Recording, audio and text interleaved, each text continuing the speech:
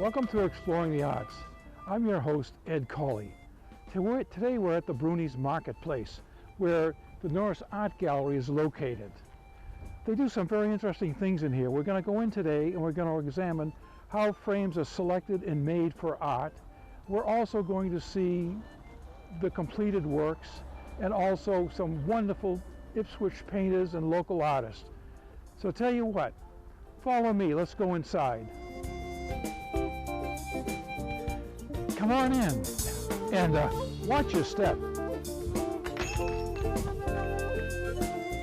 Oh, you two, nice to meet you. Nice to meet you too. I'd like everyone to meet Ellie Norris, who is the owner of the Norris Gallery, and her good friend, I understand, of 40 years. Yes, that's true. And this is Susan Burton, who is the manager of the art gallery here, Yes. which we're going to explore a little later. But right now, Ellie, we're going to go back in and see how frames are made. Okay, sure. Yeah, come on. Ellie, here we are in your workshop where you Yep. start matting your work. Can you tell us a little something about the mat board that you use? Well, we use all acid-free mats here, and they're the best quality. And there's such a variety within them. It's just amazing. There are different surfaces. Some are softer, some are harder. There are colors of all kinds, and there are a million whites. So it's just amazing. When you're looking for a white, you can go through 10 or 12 white mats before you find the right one. So in this particular piece, we are using a white that goes with the piece. Here is the piece. It's a poster that everything that comes in is something that people value and they care about, so we care about it too. I see. Yeah. Is there a right and wrong side of cutting a mat? A right and a wrong side, absolutely. All right. How do you know? Well, in this case, this mat has printing on the back, and it's a different color from the front. Oh. You can actually cut a mat from the back. You cut it from the back? You cut it from the back. And why is that? Well, because when you create a bevel, you'll see when I cut the bevel, it has a certain direction. So the direction wants to appear in the front. The bevel you want to see in the front, so you cut it from the back. I see. You'll see. So I have this great little thing here. And what is it? It looks like just a T-square. It's a little T-square, and it has little holes in it so that I can put my pencil in there. Ah. So I make sure I cut it right. Sometimes it's a good idea. Yeah. Double check, triple check. But yeah, I have cut it 16 3/4 by 25. Right, so that's good. Yeah. Then I do the 1 3/4, which I can see on this. Just run up the line here like that. Turn it over. Do this all around. Now there are stops that you can put on a cutter, so you don't have to do this, but then you're changing the stops all the time. Yeah, I see. Yeah. And the beauty of this is that when I have finished making this line all around, I can check it with the piece. So you're checking often, aren't you, when Often, you're doing this? checking You're often. not trusting your original Not a bit, not a numbers. bit. All of that preparation is really important. I measure what this line is, which is 13 1/4. And now I take my piece over and make sure that's okay. And it's 13 1/4, that's fine, because I'm coming in a little bit from the outside. Right, because you need a little space here. I need to, the mat will cover a little bit, Yeah, but we want to show equal right. border all around, so that's good. Go sideways. Okay, 21 1/2. Let's see, did I do the right thing? Let's see, we're going to have 21 1/2. Okay, that's All good. the measurements checked. Measurements We're ready so to cut. far, right. So then I go to my mat cutter. It's an old C&H. I've had it a long time. It's a wonderful mat cutter. And I use a guide to set the border at 1 3/4. Okay. There we go, 1 3/4 it is. Use a protective mat underneath so that it doesn't cut through Into the wood. into the wood. Okay.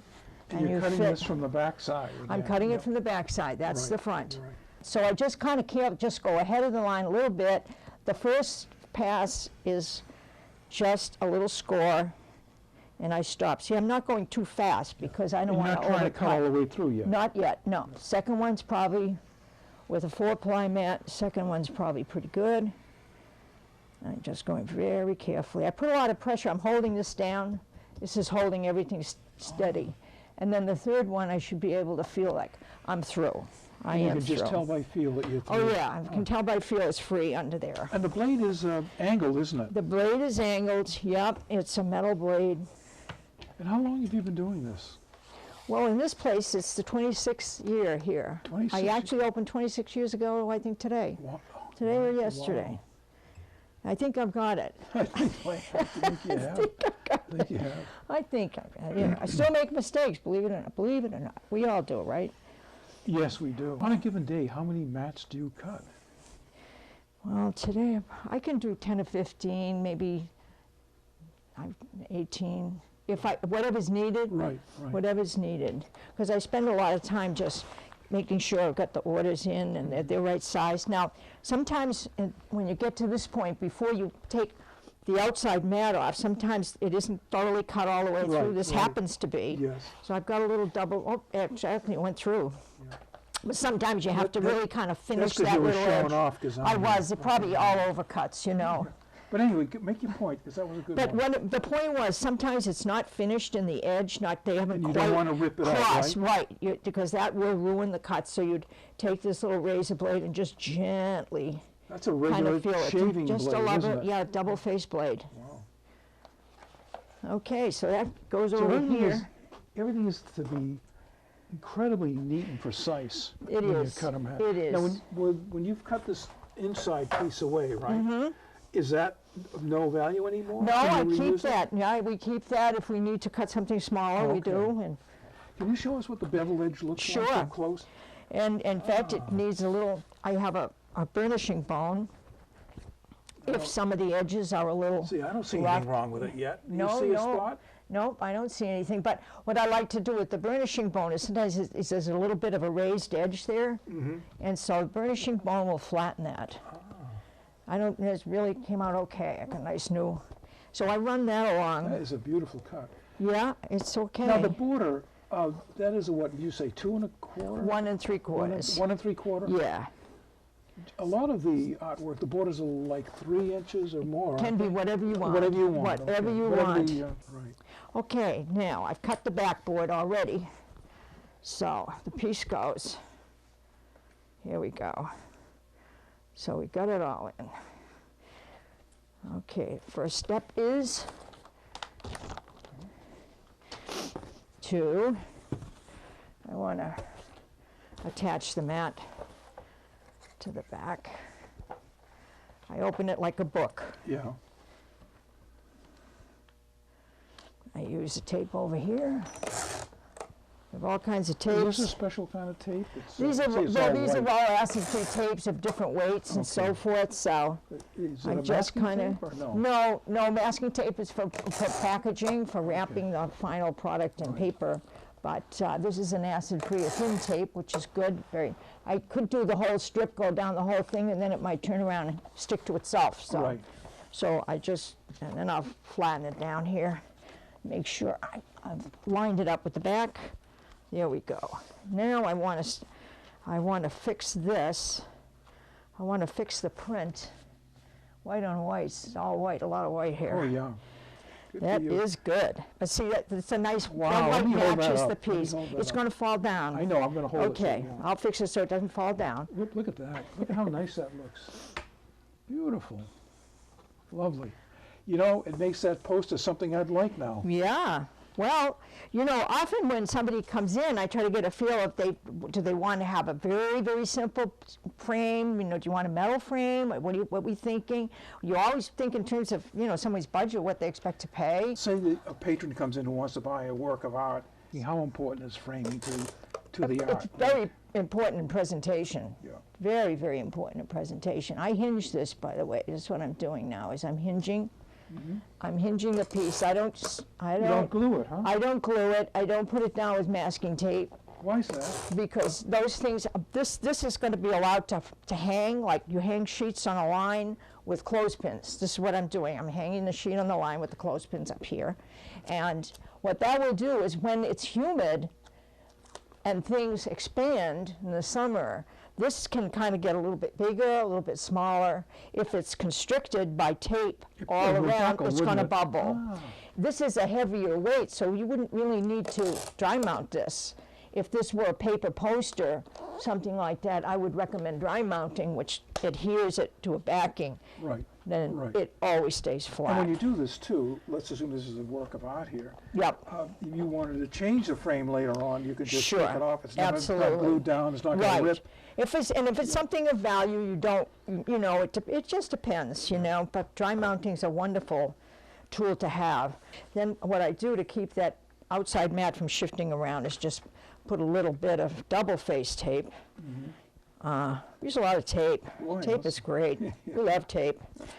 Well, I'm learning things I didn't even know. This is wonderful. Okay, Ellie, where do we go from here? Well, now the work is passed on to Mike, and Mike will cut the glass to fit in the frame.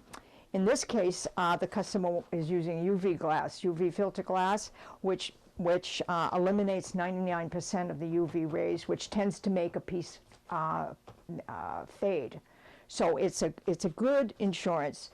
One would never want to put things in the sun anyway. That's too much of a challenge. But for ordinary use, the UV glass really helps to keep the fading for a long period of time. So anyway, that's what he's going to use. And the customer has chosen a white frame.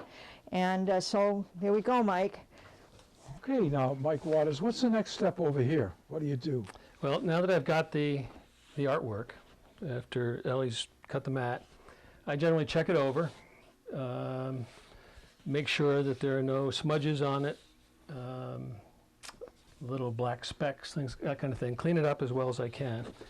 And then if I have the frame in hand, which I do, this is a frame that we've ordered through a chop service. So with the frame in hand, then I check the work to make sure that it fits the frame. It's not too snug and not too loose, and it's perfect. Yep. There's a little bit of give, which allows for expansion and contraction with weather changes. And I set the work aside, and then I get the piece of glass that we're going to use. In this case, it's the ultraviolet filtering glass that Ellie mentioned. It's a coated glass, and one side has the ultraviolet coating. The other side, which is the outside facing glass, does not. And that is the side you cut on. You're only supposed to cut on one side. I like to cut the glass right to the frame. Did you give it any space, or you make it right nice, as tight as you can get? Well, I snug it right in as tight as I can, because when I cut it, I'm not going to cut it right on the line. So I'm going to give it a little space on this side. Yeah. I like to do this just because I don't have to remember measurements. I don't have to remember the measurement, go over to the cutter, cut it, and maybe make a mistake. So this way, it's right there. So I get it's an old glass cutter, isn't it? Well, it looks old, but it's new. Okay. They still make them. Standard glass cutter. And we line it up along the edge and just run your hand. You put your finger up against the glass. Aren't you afraid of cutting your finger? This one? This one here. No, it's... And you run it right off the edge, and then you just bend the glass, and it breaks off and drops into the frame. How come every time I do that? You maybe you're probably pressing too hard. Okay. And maybe your Is a mallet too much to use on it? Sometimes no. Okay. All right. I can't believe this. He's doing this by hand, people. He's not even using a ruler. I don't believe it. All right, so then remove the glass from the frame, knowing that this is the outside, and I'll clean that first.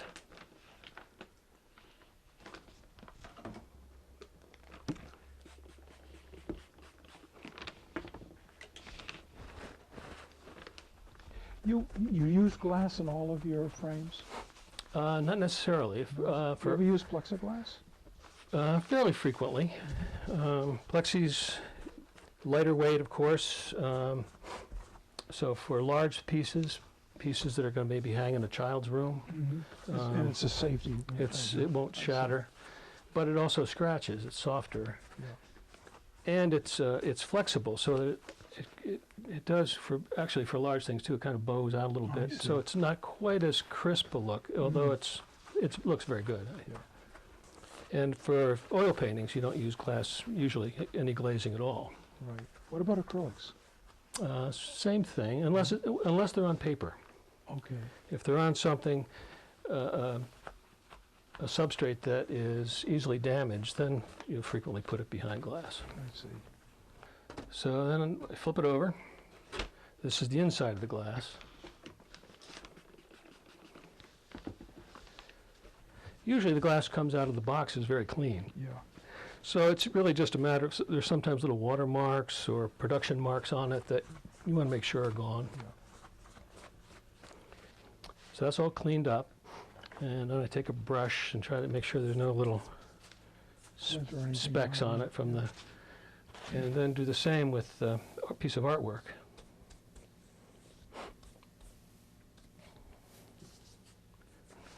Now the glass accentuates smudges and things. So now that the glass is on, you can see, you look at it again to see if there's anything.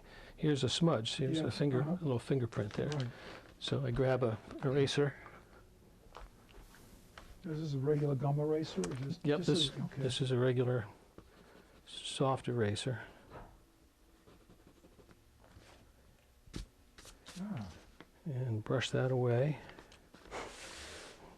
There's a little dark here along the yeah, I see it, yeah. along the bevel. Get that too. And then we take the frame and set it on. And everything seems to fit. Would you hold that up so we can see it? Fine. How's that? Hey, Mike, we just want to thank you so much for showing us this end of the frame business. I think we're going to go now into the gallery. Alrighty. Nice to meet you, Mike. Nice meeting you. These are examples of some of the frames we've done that show a variety of work that we do. This would be a simple double mat with a wood frame, a little stamp from Thailand, which is a very beautiful piece. The next one, a painting of Lady of Guadalupe, required a little more. What we did was combine two frames, this gold inside and the larger frame outside, to create a really important surround for a very, very nice painting that kind of has a traditional, very decorative but quiet impression. It's quite a beautiful, successful painting, and I think the frame enhances it. The one on this side is a customer frame, actually. Someone who brings in a work they value, that's older, and if the frame is in good condition, which this is, we cut a new acid-free mat, acid-free back, and then it's good to go for another 50 years. So we welcome that kind of work as well.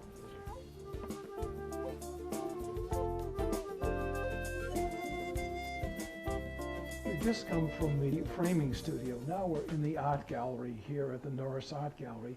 And with me right now is my new friend, Sue Burton. Sue, thanks for having us here today. Oh, it's my pleasure. It's been great fun to watch you in the back working. Tell me, how does one get their work in a gallery to begin with?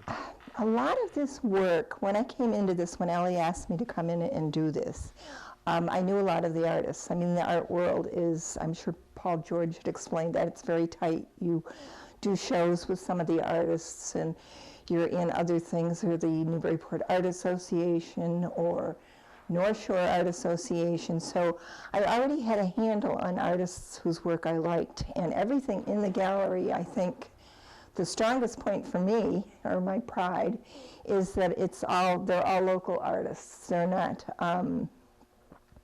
nothing is imported. So if an artist brought something in here that you didn't like, it wouldn't be shown?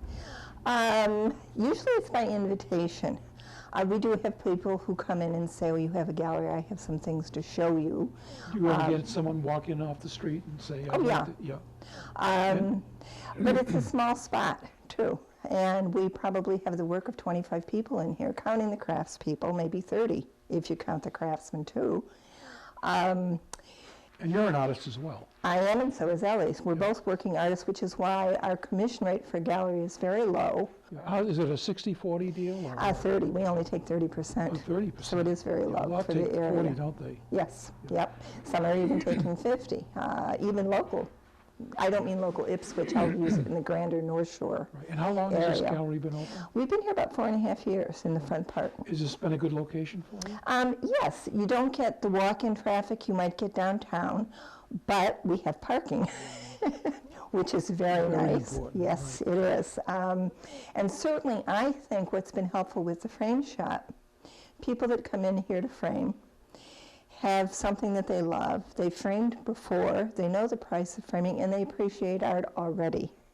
So you sort of have a built-in audience who appreciates good art. And so just having that traffic has really, helped, I think, the gallery end of it here. Right. Tell us about some of the painters here. Like, for example, behind me, who are these painters? And tell us something about their work. Mary Weatherall. And she is an Ipswich artist. We have 2 other small ones elsewhere in the gallery. And below that, we have, that is Kathy Speranza, who is a fairly well-known artist. I'm very pleased that we have this one piece from her for this show. Tell me about this little strange head here. You'll see these throughout the gallery. Yes. They're really kind of wonderful. The artist behind that is Jeanette D'Aldry, and she is the daughter of another one of our artists, our silk artist, who, I say silk artist, she does a number of wonderful things. These scarves, the piece over the door, the little twirl pieces, the piece that's hanging back there, and then some fabulous in the jewelry case over there, these beaded necklaces, and also that little thing that's draped over the shelf is Sandra's. So yeah, she does some really funky things, and then her daughter does these just fun faces. And some of them she's done with polymer clay. Some have gourds, and I'm the gourd artist here. But she's taken the little gourds and put these fun little faces in Are there. those clay faces? Or Yes, yep. And her husband has made these wonderful shadow boxes for her, so it's a family affair. Oh. And these are Ellie's, Ellie Norris's, right up there, her work. I would say when I said our work is local, our bird carver is from Georgetown. I think our furthest afield person is probably Kenny Bunkport, who did the fish that's over in this corner. And I met him through my daughter, who was at an art show. And this fellow was married to a co-worker of my daughter's, and she said, oh, you've got to see this, it's great. So that's how I find some of the artists also. Some of the craftspeople are the artists, but we have over there, Paul George, we have Katie Morse, Miranda Updike, Hamilton. Oh gosh, and our photographers, you were looking earlier at the work of Stony Stone. He has some black and whites over there, and his wife is also a photographer, Susan. Oh. Now Stony works at the Museum of Fine Art as a photographer there. And I think his camera's embedded in his chest because he's so prolific. It's amazing to me. I think he just walks around and touches his nose and it goes click. Yeah. What about these 2 little pieces here? Yes, okay, Charlie Shercliffe. Very, very different. Charlie Shercliffe and this big one back here, and Charlie has won numerous awards at the Rockport Art Association. His work is pretty collectible, and he has a following of people who really appreciate what he does. Yeah. Also an Ipswich person. The talent, I guess, on the North Shore is overwhelming, really. It really is. We're inundated with talented people. And it's nice to be able to showcase, I think, the local arts and not have to go further afield too. Do you ever give an artist like a one-man show here? We haven't done that. We You did haven't do a done that. feature artist. Actually, it was George and his wife Katie. We're sort of our feature artists. We have more of their work than we normally take 2 to 3 pieces from each artist. And because we wanted to feature them, we said, oh, we want 5 or 6, and we put it all on one wall, and sort of so it would have some impact and a presence. But no, we've never done a one-man show. The jewelry is something quite unique too, isn't it, to the gallery? I notice a lot of jewelry pieces. Yeah, there's a lot of jewelers out there. I think we've been very judicious in picking our jewelers. The gal up here, as it turns out, is a neighbor, and I think it's also Ellie's daughter-in-law, the mother of your daughter-in-law, who does it. It's chainmail jewelry, and it's all handmade with those little, she makes it just like Chainmail. like chainmail, Yeah. just, yes, like medieval chainmail that they wore. So that's all hand done, a very laborious process. Okay, what do you say, Susan, we go over and take a look at some of the other wonderful works of art you have here in the Norris Gallery? Okay, I'd love to show you. Okay, I'll follow you. Well, if you start here, we've got 4 wonderful little gems by Donna Baldessari. Also, I was very pleased. Donna's very well known, and there's a lot of people who come in and look Is this an specifically. oil painting? Yes, and these are uncradled pieces of board. And then Nina LaPierre, who has done these acrylic watercolors on paper, is local Ipswich person, and has also done some of our advertising. She's also a graphic artist. Oh, And then you have this big one by Marie Malatesta, who, kind of very expressionistic, isn't it? yes, yes, love the colors. Love how the colors just You play don't through really this. have a lot of abstract art in here, do you? Not as there's one over there, Okay, you found one. right? There's a few others. Okay. We'll get to those, Okay. but yeah, probably the North Shore does like its landscapes and seascapes. You but can't help it because the North Shore has That's- that it's light beautiful. and the That's beauty, right. doesn't it? You can't help it but paint landscapes. that's true. Now, what about these 4 here in the corner? Okay, coming over here, we have 3 here that are by Paul George, also straight ahead, which you may not be able to see right now. He was our feature artist for this show. Down here we have another little one by Mary Weatherall. There was That's that lovely. That's lovely. larger one that we looked at back here. Yeah. But Paul's work is, he is a fairly new discovery for mixed media. The way he works his light, and just especially this one in the corner. The light filtering through the trees on the side. Oh yeah, it's just marvelous, isn't it? It does. It's It's a alive. wonderful piece, Yeah. as all of them are really. Okay, Susan, for a change of pace, what about this display here? Tell us something about the artist. Oh in this. wow, we have a lot of work shown over here. This is our bird artist, Paul Beauregard from Georgetown. These wonderful carved birds. The fish is Dan Ryan, who is in Newbury. Those are made out of clay. Let's see, the gourds are mine. This is a gourd, right there. Let me hold it. No weight to it at all. There's no weight to I it. know, But I it's know. beautiful.